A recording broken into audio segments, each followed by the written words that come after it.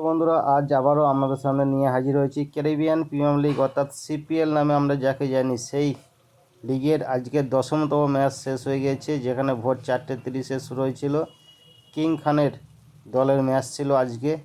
সেই কিং খানের দল অর্থাৎ যার ক্যাপ্টেন ছিল নিকোলাস পুরান, এবং সেই নিকোলাস পুরানের নেতৃত্বে আজকে কিং খানের দল জয়লাভ করেছে, যেখানে মুখোমুখি হয়েছিল অ্যান্টিগুয়ার সাথে টোবাগো রাইডার্সের মধ্যে।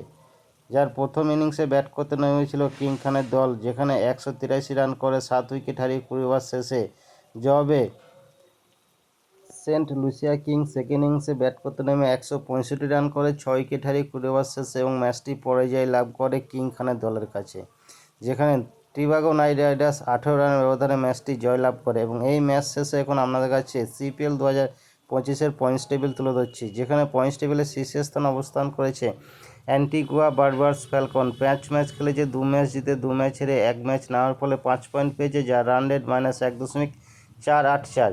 পয়েন্টস টেবিলে 2 নম্বর অবস্থান করেছে গায়ানা অ্যামাজন ওয়ারিয়র্স। 2 ম্যাচ খেলেছে, 2 ম্যাচ জিতে 4 পয়েন্ট পেয়েছে, যার রান রেট +2.752। পয়েন্টস টেবিলে 3 নম্বর অবস্থান করেছে টোবাগো রাইডার্স। লাস্ট ম্যাচ জিতে 3 ম্যাচ খেলেছে, 2 ম্যাচ জিতে 1 ম্যাচ হেরে 4 পয়েন্ট পেয়েছে, যার রান রেট +0.367।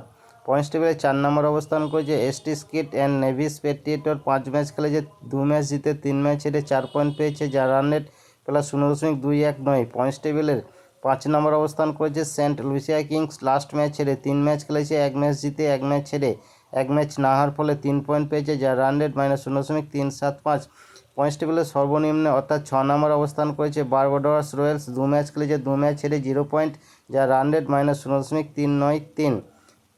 ছিল আজকের মতন সিপিএল 2025-এর 10তম ম্যাচ শেষে পয়েন্টস টেবিল তুলে ধরলাম। তার আগে সেই ম্যাচের স্কোরবোর্ড বা রেজাল্ট আপনাদের কাছে দেখিয়েছি। এখন তুলে ধরছি পরবর্তী ম্যাচের সময়সূচি, অর্থাৎ আজ আর একটি ম্যাচ আছে সেই ম্যাচের সময়সূচি। 11তম ম্যাচটি অনুষ্ঠিত হবে অ্যান্টিগুয়া বারবারস ফ্যালকনের সাথে এসটি স্কিট নেভিস পেট্রিয়টের মধ্যে আজ রাত 8:30 অ্যান্টিগুয়ার ময়দানে এই ম্যাচটি আপনারা দেখতে পাবেন। এবং এই ম্যাচ শেষে পয়েন্টস টেবিল আবার আপনাদের কাছে তুলে ধরবো আজ রাত্রে 9:30 ম্যাচ শেষে।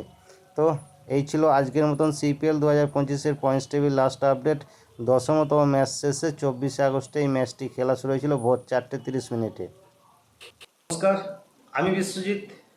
আপনি যে এতক্ষণ সময় ধরে ভিডিওটা দেখছেন, তার মানে আমি বুঝতে পারছি আপনি খেলাধুলো ভালোবাসেন।